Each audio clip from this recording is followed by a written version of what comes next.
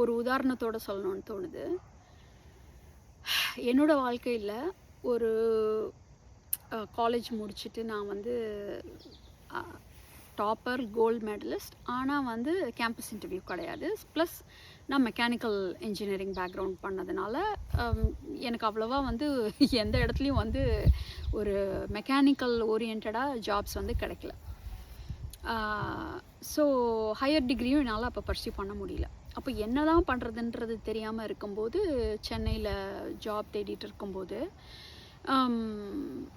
Sales and marketing அதுதான் வந்து நிறைய பேர் அந்த அந்த இடத்துல நிறைய ஸ்பேஸ் ஓப்பன் அப்பாக இருந்ததுனால நான் அதை அப்ளை பண்ணியிருந்தேன். ஸோ அந்த சேல்ஸ் அண்ட் மார்க்கெட்டிங் ஜாப் இதில் வந்து ஒரு வாட்டி நான் மார்க்கெட்டிங் இதுக்கு அப்ளை பண்ணி போகும்போது, அப்போது அவங்க என்னை கூப்பிட்டு சொன்னாங்க, அந்த லீடு வந்து சொன்னாங்க, நீ வந்து அகாடமிக்காக நல்லா பண்ணியிருக்க, நீ வந்து நல்லா எக்ஸல் ஆகக்கூடிய ஒரு மாதிரி ஒரு விஷயம் இருக்குது. ஸோ மார்க்கெட்டிங்கிறது வந்து ஒரு குறைவானவோ அல்லது வந்து தப்பான ஃபீல்டோ அல்லது சீப்பான ஃபீல்டோ அப்படி நான் சொல்ல மாட்டேன். ஆனால் எதுவுமே உனக்கு தெரியாதனால, உனக்கு கிடைக்காதனால இந்த ஃபீல்டுக்குள்ளே நீ இப்போ வர்றேன்னு சொல்கிற. ஸோ நான் உன்னை செலக்ட் பண்ண போகிறதில்ல. இது வந்து என்னது எக்ஸ்பிளிசிட் ரிஜெக்ஷன். ஆனால் என்ன சொன்னாங்கன்னா, நீ வந்து போ, நீ உனக்கு என்னென்ன விஷயங்கள் வந்து பாசிபிலிட்டி இருக்குன்னு தேடு, என்ன பண்ண முடியும்னு பாரு. அப்படி சப்போஸ் உனக்கு எதுவுமே வரல, எதுவுமே கிடைக்கல அப்படின்னா கம் பேக் டு மீ, நான் உன்னை ரெக்ரூட் பண்ணிக்கிறேன். ஸோ உனக்கு இதுக்கான தகுதிகள் இல்லைன்னு உன்னை நான் ரிஜெக்ட் பண்ணல, இதுக்கு நீ ஓவர் குவாலிஃபைடாக இருக்கேங்கிறதுனால ரிஜெக்ட் பண்ணுறேன். பட் நீ இதுதான் வேறு ஆப்ஷனே இல்லை, உனக்கு ஏதோ ஒன்று வேணும் சப்போர்ட் பண்ணிக்கிறதுக்கு அப்படின்னு நீ நினச்சின்னா கண்டிப்பாக வா. பட் நீ முதல்ல சின்சியராக மற்ற விஷயங்களை ட்ரை பண்ணிவிட்டு அதுக்கப்புறம் நீ வா, always my door will be open அப்படின்னு சொல்லி சொன்னாங்க.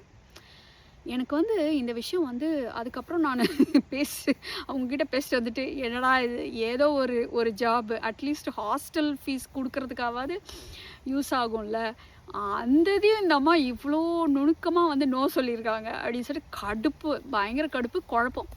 அதோட வந்துட்டு ஒரு பெரிய சர்ச் இருந்தது, போரூரும் எங்கேயோ நினைக்கிறேன். ஸோ அந்த சர்ச்சுக்கு வந்து உட்காந்துட்டு பஸ்ஸும் எடுக்க பிடிக்கல, எதுவுமே பிடிக்கல, உட்காந்து யோசித்தேன்.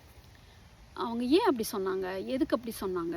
அவங்க வேணவே வேணான்னு சொல்லலை, வேணும்னா திரும்பி வான்னு சொல்கிறாங்க. அப்போ அவங்க ஏதோ ஒன்று பாசிபிள்னு எனக்கு பார்க்குறாங்க. அவங்க பாசிபிள்னு பார்க்குறது எனக்கு பார்க்க முடியல. ஸோ நான் ஒரு டெஸ்பரேஷனில் தான் இதுக்கு நான் செட்டில் ஆக ட்ரை பண்ணுறேன். ஆமாவானா ஆமாம். அப்போது சரி, அவங்க சொல்கிறதுல ஏதோ மேட்டர் இருக்குது, எனிவே முடியலன்னா திருப்பி வான்னு தானே சொல்லியிருக்காங்க. அது எந்தளவு உண்மையோ இல்லையோ தெரியல. But I don't know how much I can hold her accountable for that. But okay, but பண்ணுவோம் அப்படிங்கிற மாதிரி, கிடச்சதெல்லாம் எடுத்துக்கணும் அப்படிங்கிறது இருக்க வேண்டாம். நமக்கு என்ன வேணுங்கிறது கூட யோசிக்கலாம். கிடைக்குமா கிடைக்காதாங்கிறது அடுத்த விஷயம். பட் நமக்கு என்ன வேணுங்கிறத யோசிக்கலாம் அப்படிங்கிற ஒரு விண்டோ வந்து ஓப்பன் பண்ணி விட்டாங்க. For that I am forever grateful to her. So that was the best rejection I had in my life.